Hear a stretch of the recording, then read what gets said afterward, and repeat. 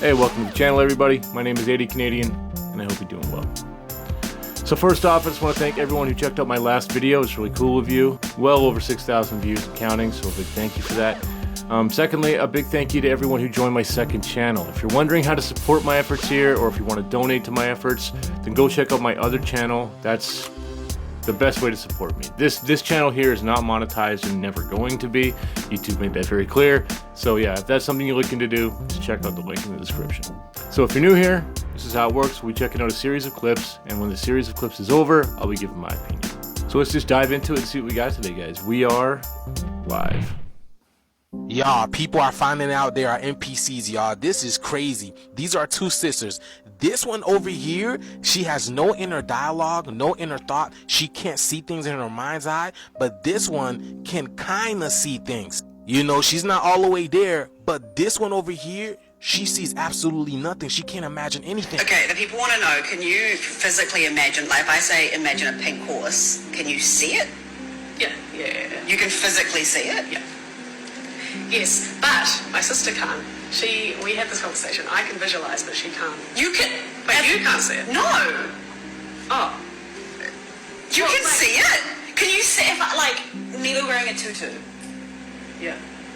You can see Not it? not in like 4K, but But like, you can see it. well, like I can see it in my mind's So eye. she doesn't have the ability to see in 4K, so maybe she's at 720p, 1080p, but she can't see at all. Like, she has no thought, no imagination whatsoever. And then they're gonna try to call it Aphantasia, Aphantasia. So y'all, they're literally telling you that she's an NPC, because look at the word aphantasia. A meaning without, and fantasia literally means imagination or mental image.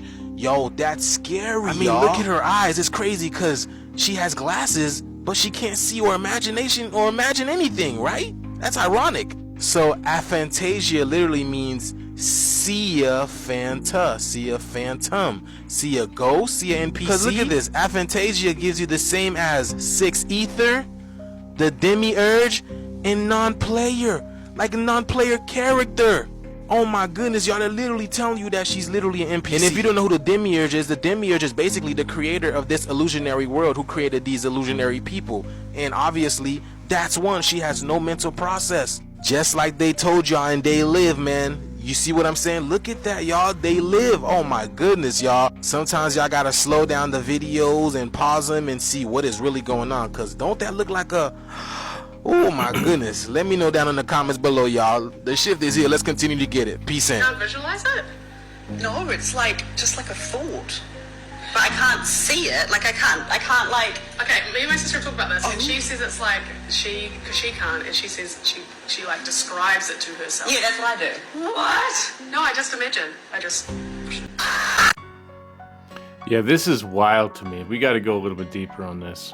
Oh my god. You don't have a dialogue, an internal monologue in your head? No. Wait, I'm confused. Why would you? So you can't talk to yourself in your head. How did I not know this? I've been with you for 5 years. But you talk to yourself. Yeah, I talk to myself in my head. So you don't have an internal monologue. Found out that not everyone has an internal monologue. So what I mean by that is, like, they can't hear their thoughts. Is that you? I don't understand. Is that you? If they physically wanted to say something in their head, they'd have to say it out loud. Yeah. Like, they couldn't do it. Yeah. Oh my god. You watch anime, like half the characters are fucking talking about like the next 5 steps in their battle plan of how Because they're gonna... that's to let the audience know what's No, happening. that's supposed to be what's going on in his head.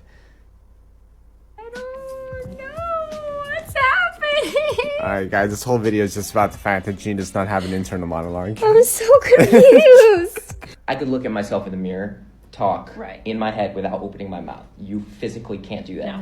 And what would happen if you tried to do that? Like, so let me ask you now, like, if I said to have an internal monologue, say hello to whatever freaking crazy person's in your head right now. Yeah. You can hear that person say hello. Yeah. That's creepier. Why is that's normal, G? You're the weird one. So wait, you can't replay songs in your head then? I have to physically sing it. It makes sense now why you're always making noises all the time. Yeah, because I have to say it out loud. When you try to make me do that, my brain just comes up blank, which is weird. So your head is just Just silence, just nothing. Yeah, Just quiet. empty head, no thoughts, huh? Requested question was, how do you read? Like, when I read, I could... How do I read? Yeah, how do you read? It's just words. It's just words? What do you mean? Because when I read books, I hear myself talking the words out. That's creepier. When I read books, it's quiet. I'm reading the description right? Mm-hmm. What? No, I don't hear a single thing. Oh my god. You know what's funny is that What? we completely derailed from this video. No, 'cause this is way more interesting Yeah, than this whatever is the hell really we were talking interesting. about. I thought people were like me. You're weird. No, you're weird. No, Can you're you look up a fucking weird, statistic? C is 30. Wait. You're the minority. Wait, no. I'm Hold on. the normal one. No. Yes. No, you guys all have an inner monologue, right? That's normal. Yes. You have an inner monologue. Yeah, sometimes I'll have an idea, like, while people are talking, and then I'll start conversing with myself, and then it sucks, because I'm like, oh shit, then what were you guys talking about? That makes so much sense for why I think you're ignoring me. I'm talking to But you're myself. not, but you're talking to yourself. That tangent was like 30 minutes long. Yeah, sometimes the voice in my head doesn't shut up. I think one of the most insane things that I've ever learned is that not everyone has a voice in their head. You might have seen that Apple visualization test, where if I asked you to picture an apple, you're going to experience one of the following 6 things. Some people will see a full 3D rendition of an apple, and other people will just see black, but understand the idea of what a red apple should look like. Now, the same thing goes for how people think. Some people have a full internal monologue running in their minds 24/7, where it's like a constant conversation with yourself in your head, and other people don't have that at all. Some people only think visually, so instead of being like, oh, I have to do this thing, they picture the thing they have to do without any words associated with it. Other people only think in feelings, so instead of having an internal dialogue describing what they're doing, they only experience the emotion of how that thing makes them feel. Then you have people who only think with their senses, and some who have no audio or visual association with their thoughts at all. Do you have like this narrator inside of your mind that is constantly talking to you, like that whole inner monologue? Yes. I was talking with my husband about going to sleep the other night, and I was like, how do you talk yourself to sleep at night? He's like, I don't talk myself to sleep at night, I just go to sleep. Like, what's going on in your head? And he was like, nothing. Nothing? How? Like, what? And I came across this, and he's saying that only 30 to 50% have an inner dialogue. Only about 50% of the population is walking around with thoughts going on inside of their head at every given moment. And I'm really sorry, but the only quote I could think about was, the lights are on, but nobody's home. It just really tripped me out, because how do you think? Like, if you don't have a voice inside of your head talking to you, how are you thinking? What exactly does your whole thought process sound like? Is there sound? Like... And then I started looking even further into it, and I learned so many things about the inner monologue. It usually develops around 18 months. So really early on, psychologists can tell if a baby has an inner monologue or not. For some people, it does develop later, but this is more common. People who do have an inner dialogue are a little bit better at problem solving. They also do a little bit better with self-reflection. It's also said that they're a little bit better with self-regulation and perspective. A good handful of the people who don't have an inner dialogue wonder how the people with an inner dialogue get through the day. Like, how are you constantly thinking and having something inside of your head telling you what to do, narrating? Doesn't it get really overwhelming? And how do you know you don't actually have some sort of underlying condition or mental health condition going on? There's also studies that reference the autistic internal monologue and what those differences would be. There's a really popular video where a girl who doesn't have an inner monologue shares what it's like to not have one. This video is super long, so I'm going to post it next. It's already uploaded. Yeah, Do you have an I don't inner even know what to monologue? say. Like, can you hear the voices in your head when you think? No, Really? I have thoughts, but I'm not hearing my voice. What do you mean exactly? What are you saying in your head? Are you saying anything? Are you hearing your words? I'm hearing my voice saying I'm reading this in When it. you read a book, what are you thinking about? I'm playing like as if like it's happening. Setting the scene, you're visualizing it? I might use random person in my head, or like maybe if I've seen something in a movie and use an I hear actor. my voice all the time, but mostly I hear music. All the time, and it sucks. Inner monologue entertains. I feel like without that, everything would be so quiet. I think it would be too much. Do you have an inner monologue? Absolutely. I just had this conversation with my roommate. He says that he sees everything visually and that like he experiences it just as it happens. And I say, well, no, I have a dialogue. I actually have a voice in my head. Now that I'm thinking about it, maybe I'll probably try to listen out for my voice more. this is wild, guys. This is really wild. When you try to imagine an apple in your mind's eye, does it look something like this? Or does it look a bit more like this? If you said something like this, then you might be part of the 2% of people who has something known as aphantasia, or the inability to conjure mental images. Having aphantasia is also associated with lots of interesting psychological effects. For instance, people who have aphantasia show less of an emotional reaction to reading scary stories compared to people who have normal mental imagery. They also report having fewer dreams and fewer vivid memories. I think aphantasia is just so fascinating because it demonstrates how people can have such radically different subjective experiences of the world. It also makes me wonder if we're just different types So of apparently there's an entire group of people out there who have all been wondering the same exact question their entire life, but they've never asked anyone because they're afraid that they'd seem absolutely insane if they ever did. What do you see when you close your eyes? Do you just see black and nothingness? Or do you, like me, sometimes see what appears to be fractals, fuzzies, or geometric shapes? For some people, it's more like the Windows Media Player from the 90s. For others, it's more of a sort of static. Well, I finally learned what it's called. It's called a CEV, closed eye visualization. Apparently there are 5 levels of closed eye visualization. So get in the comments and let me know what you see when you close your eyes, because I wonder if we see the same thing. If when you close your eyes you see what appears to be static, that's a level 1 CEV. And apparently people who can see this with their eyes closed can also train themselves to see this with their eyes open. If when you close your eyes you see light or dark flashes, that would be a level 2 closed eye visualization. You might experience this in color or just in fuzzy shapes. But if yours is more like this one, then that would be level 3. If you see patterns that are in motion and in color. If what you see is like the media player, then this is you. Apparently level 4 and 5 are the most rare. If you can actually see objects appear and disappear, you can do that, then you're on level 4. And level 5 is the most insane in my opinion. People who have level 5 closed eye visualizations can override their physical perception of the real world. It's like literally creating another world in your own mind. Typically this level can only be entered in a sensory deprivation tank. I can do that if I try to do that. So how do you daydream? Yeah, no, that's a fair question. For those of you who don't know, I have aphantasia, which means that I don't produce mental imagery. Wait, there was something you mentioned recently. Like, you mentioned your aphantasia affecting it. I was like, that's right. This thing everyone does, you can't do. What was it? You remember? Was it meditation? Oh, I feel like you would be really good at meditating because you can empty your mind. The meditation practices that I've seen or tried are like, okay, and imagine hear the breeze and connect with your, and I'm like, yeah, no, I can't do that. Maybe Sydney's mind, even though it can't see imagery, isn't actually empty. Oh, Thank you, Silly. I imagine just words floating in your mind. But she has no imagery. Can you imagine sounds? When I have a song stuck in my head, I don't hear it. What does that mean? What did you just say? How do you have a song stuck in your head then? Yeah, what do you mean you can't hear the song? When I close my eyes and imagine a star, I see one. I see nothing.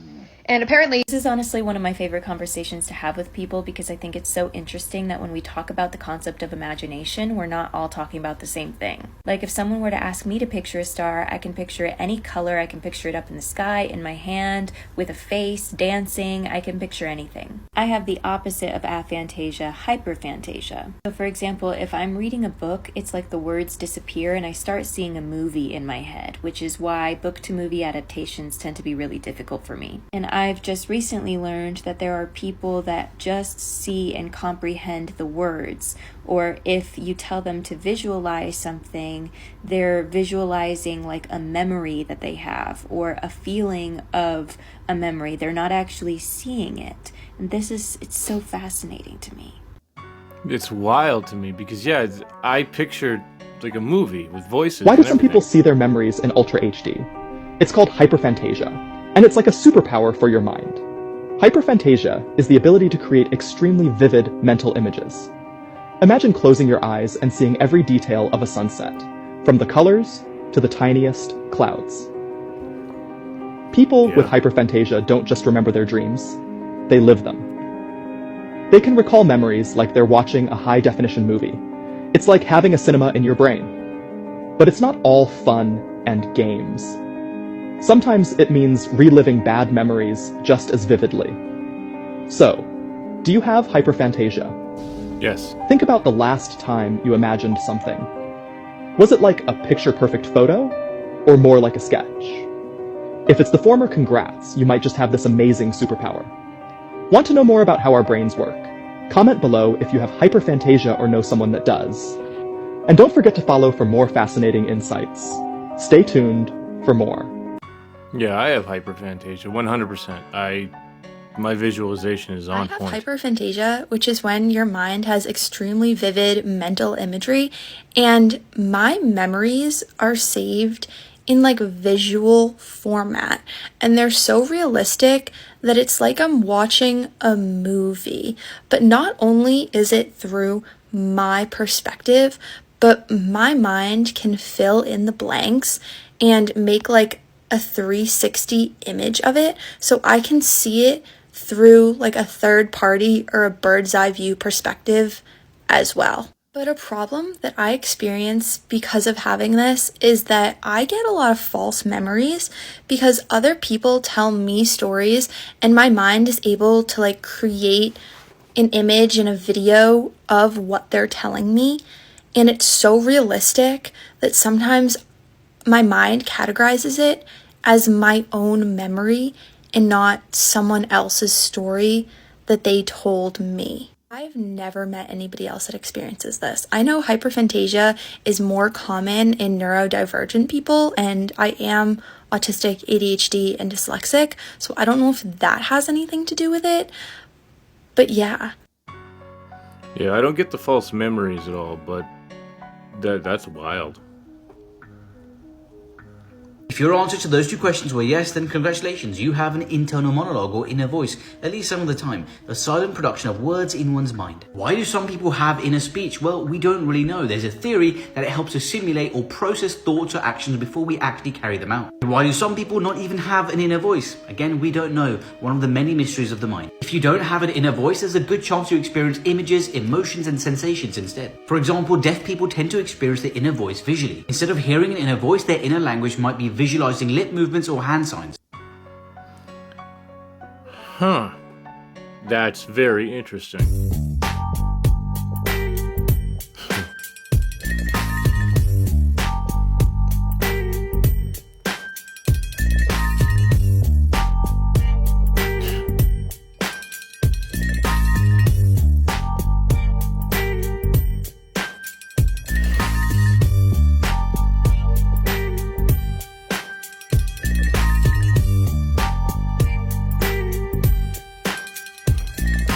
Pretty good at this.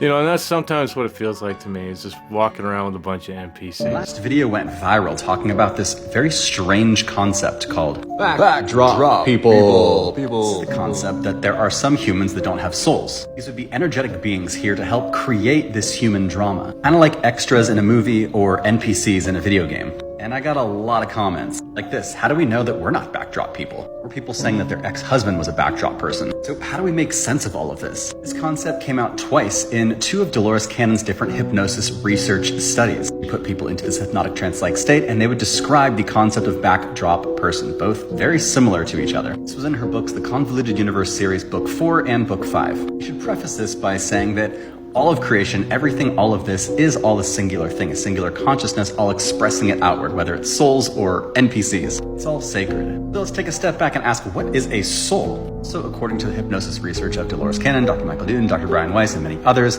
the soul is a separate thing from the body that at a certain point, either while the baby is a fetus in the mother or just when the baby takes its first breath, merges with the body. So the soul and the body become one, even though they're still 2 separate things. In a way, we were all backdrop people before our soul merged with our body. There's actually some other times where you might not actually have a soul in your body. During some of her sessions, people describe if they have experienced in their past life a traumatic death, something that's very painful, the soul leaves the body far before the body actually dies. So at that point, that body's kind of like a backdrop person. Soul's never given more than it handle, and even if the body looks as though it's in pain, the soul is already gone. This research also suggests that some people with dementia or Alzheimer's, when they are gone, they are in the spirit realm, and when they come back, they're back on Earth. So they're kind of floating in between this and that reality. making them sort of momentary backdrop people, or whatever a good word to describe that would be. The nature of souls extends far beyond human beings. We often identify as being a human so strongly that we forget to realize that we are something much, much, much greater and more infinite. This reality is complex and deep, and we're already living in a future in which we're creating a new species, which is artificial intelligence, kind of like the ultimate backdrop person. The next question being, could artificial intelligence ever gain a soul? What do you think of all of this? Post in the comments. I would love to hear your thoughts. If you want to hear about the wild nature of reality, I'm going to be sharing a lot more, so be sure to hit that follow button. If you'd like to have your own soul traveling experience, I have some very unique past life regression meditations and events in the link in my bio. You know, I'm starting to realize that we're not who we think we are. What if I told you that the only thing that you can be sure exists in this universe is your mind? Let me explain. Solipsism is the philosophical idea that states that the only thing that you can be sure to exist is your mind. Everything else, including all other people, animals, and minds, do not exist because there is no way for you to definitively prove that they actually exist. Everything that you experience in your daily lives, including talking to other people, smelling flowers, and even falling in love with someone, are all part of your imagination. It all comes down to the fact that I can be sure that my mind exists, therefore I exist. However, because I cannot be sure that other people's minds exist, I cannot be sure that they also exist. Even the fact that you're watching this video right now is part of your imagination. Kind of trippy if you ask me. We're going down a really wild rabbit hole now, guys. The more I think about this, the more my freaking brain breaks. Have you ever heard of solipsism? Solipsism basically means that the only thing that you can confidently say exists is your own mind. Solipsists contend that knowledge of anything outside of one's own mind is unsure. Essentially, everything is a figment of your imagination. Everything. Everything you love, every person you hate, the state of the world, everything that's going on, it's all just in your head. And the more you think about it, the more it just breaks your brain, because I'm posting this video on TikTok. You guys are going to respond to it. Like, there's going to be interaction that's happening. But solipsists claim it's all just a figment of my imagination. I'm making it up because I truly can't know if you exist. I can't be inside of your brain. I can't see what's going on. The only thing I can be sure of is what's going on in my head, how I perceive the world, what I see is going on, and assume it's the same for everybody else. But it might just be me, and you are all a figment of my imagination. So if that's true, first of all, I just want to apologize to everybody, because yes, you're all a figment of my imagination, and I am sorry that I imagined all of this, because this sucks. I need to change the way I think, or manifest something better, because this is what I'm coming up with? Yeah, that's a very good point. People who experience derealization often describe it like this. Life feels dreamlike, not because it isn't real, but because it feels like it's happening to someone else. You're not daydreaming, you're not zoning out, you're just watching your life happen from behind glass. You go through entire days and remember none of them. Emotionally, you're present, but not really in it. The lights are on, conversations happen, your body moves, but everything feels distant, muted, weightless. And the hardest part? No one can see it. So people ask, why are you so distant? And you don't even know how to explain where you went. Healing doesn't mean snapping out of it. It starts small, anchoring to one sound, one breath, the texture of something in your hand. It means reminding your body that this moment is safe, that it's okay to come back. And if you can't right away, that's okay too. You're not broken. You're a nervous system doing what it was trained to do. Survive. Even if the world feels unreal, the healing is real. And the most important part, you're still here. If any of this resonated, follow the page. We're building a space for what's hard to explain and reminding each other dissociation doesn't make you any less human.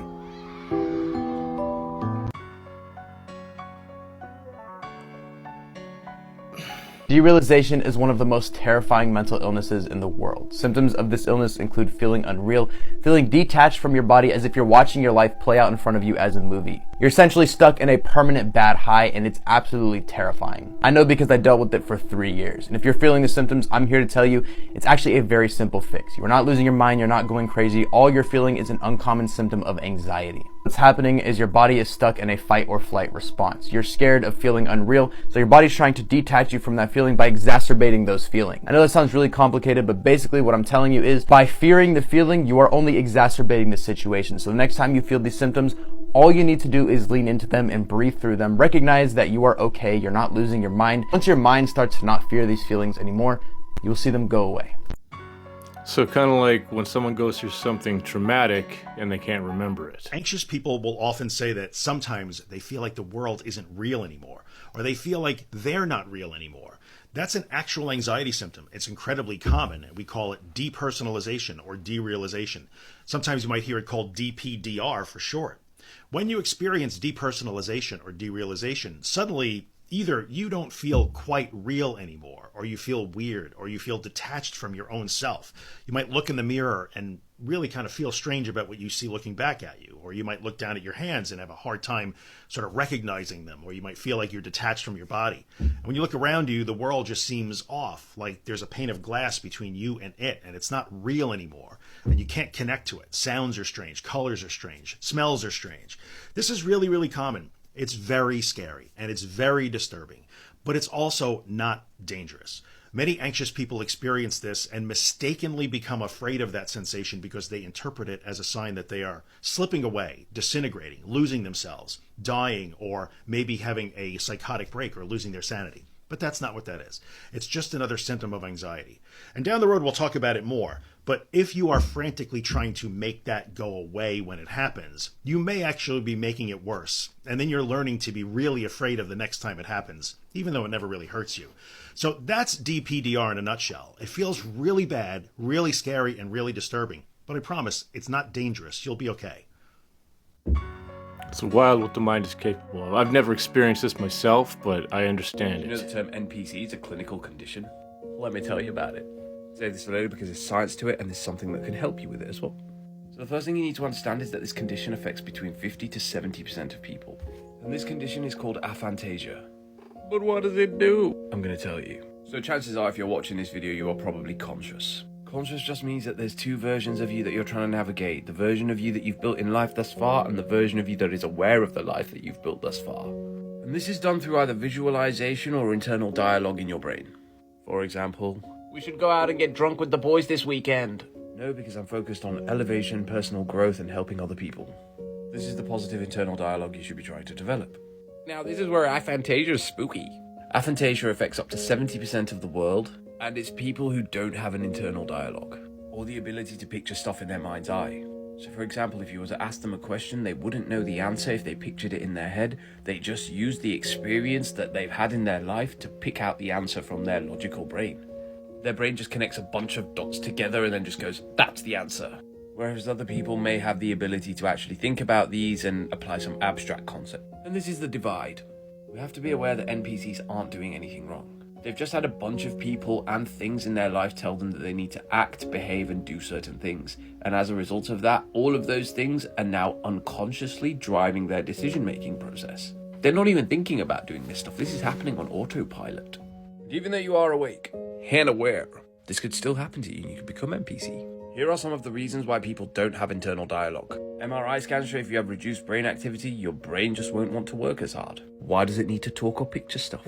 Childhood developmental influences. For example, you weren't encouraged to be creative, read books, do that kind of stuff, and you kind of just lost yourself in screens. This stops your brain from working creatively to imagine pictures and talk to yourself, because you're only processing what's being projected onto you. And if this is done through television, naturally you can understand why you can't picture stuff, because everything that you're seeing is just an image that's already been given to you. You're not using your imagination. Diet is another one that can block your brain receptors, and then you've got genetics and injuries and illnesses as well. So there are 3 things that can make you an NPC. And even if you are conscious and aware, you can still become an NPC. Retaining information and applying abstract concept or thought to it is what stops you from being an NPC. If you want to be conscious and aware, you need to be able to think about the things that are coming and being projected onto you, the things that are in your reality, and then use that information to piece your own truth together. Not just be like, yes, this is it, this is the information I have, it's real now, I'm going to believe it. No, that's not how we do things. Now, if you watch this far and you're trying to manifest abundance into your life, you are gatekeeping knowledge by not sharing this information with somebody else. I'm not even asking you to make it, I'm just asking you to share it with other people, so repost this video so this information becomes more available to the masses. People should deserve to know why they're asleep and how they can wake up. I'm going to tell you how my brain works. Can't speak for you because I've never been inside you, but I'd love to be. I have one voice in my head that comes from different perspectives. Depending on my mood, that voice will change. And on my journey to develop this voice in my head to understand what it's trying to do for me, I've created different characters for it. So in my head I have a bunch of different characters that help me align with my reality. And this is how I'm embracing my authenticity. So I've created a childlike persona. What do you think about this? This is kind of like my base instinct. And my base instinct just wants us to take each other's clothes off. This is my ego. Wants to prance around and court attention and do all that kind of stuff and be happy and wants its needs fulfilled. And then I've got a third one. Any of you seen my video, you'll remember crystals don't have powers. This is my super ego, comes in, it's quite a judgy voice.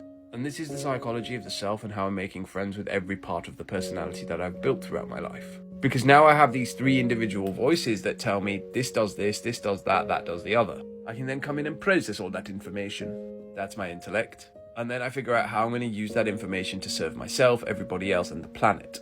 That's my higher self. So each one of them has their own role and responsibility, their own voice and characteristics and personality that goes with it.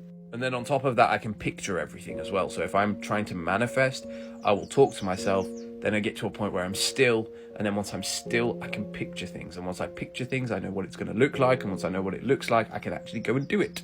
Now, like I said, 70% of the people don't actually have access to this facility. It's called aphantasia. It stops them from being able to see things or talk to themselves internally, probably because they've got a calcified pineal gland, probably because their diet sucks, probably because they're not reading enough or learning enough, and we need to be encouraging that. So do what you need to do to focus on yourself, to enlighten and align yourself on your journey, so that you can help all of these other people that unconsciously aren't even aware that you have a voice inside your head to wake up. You guys are taking it out on all of these people that are NPCs and they don't even care because they're not even conscious enough to care. They're literally just working on pre-programmed autopilot function. Yeah, I was wondering if a calcified pineal gland might play a role in this. 4 signs you might be what I call a lone wolf empath. Have you always felt different, like you don't quite fit in? You crave connection, yet too much socializing drains you. If this sounds familiar, you might be a lone wolf empath. Number 1. You prefer solitude over socializing. Large gatherings are draining, not energizing. You'd rather observe than be the center of attention. Number 2, you absorb people's energy like a sponge. You can instantly sense someone's mood, even before they speak.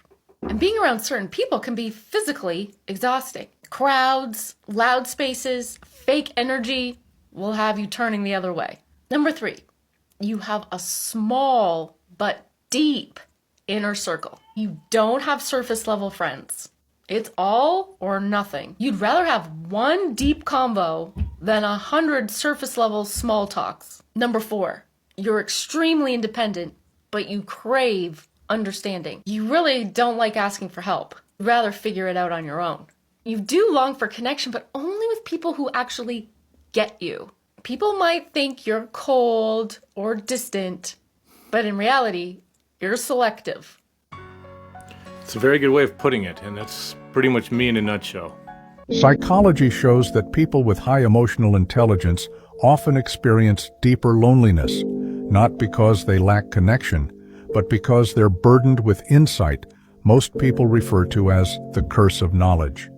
They don't just feel, they understand, often too much and too early. These are the people who replay conversations hours after they've ended, not because they're insecure, but because they noticed what wasn't said. They sense emotional shifts instantly, a delayed reply, a change in tone, a slightly colder gaze. They predict outcomes before they happen. And when something goes wrong, they already know why. They feel responsible for harmony, even in situations they didn't cause. So instead of asking, "What's wrong with them?" they ask, "Did I do something wrong?" This is often rooted in what psychology calls hypervigilance, a trauma response where the brain becomes finely attuned to emotional danger. It can come from growing up in environments where emotions were unpredictable, where noticing subtle cues wasn't just helpful, it was essential for survival. Over time, this becomes a deeply embedded pattern, always scanning, always decoding, always preparing for disappointment. The loneliness doesn't come from lack of people. It comes from never feeling like you can fully relax with them. And when your brain constantly tries to stay ahead of pain, joy starts to feel unsafe. That's the curse. You understand everything, except how to feel safe being fully present. If this resonates with you, follow us. Because people who notice everything deserve to be seen too. Not just useful, but human. Wow, what a wild episode, man. This has given me a lot to think about. Because myself, I do have the internal dialogue. In fact, when I'm reading, I can assign different voices to different characters. And the narrator, I can make it sound like David Attenborough, for example, if I want to. This is just something I thought everybody could do. I'm also an artist. I can draw. I can visualize what I'm going to draw before I draw it. I always knew I was slightly better than this than others because not everybody can draw, for example, or not everybody can write. I just figured it was something that you had to practice. Practice makes perfect, right? But this is wild to me, that the realization that not everybody can talk to themselves. Like when I lay there at night, like, yeah, I will replay conversations that I've had in the past, or I'll rehearse a conversation I'm going to have before I have it. It's just something that I thought everybody could do.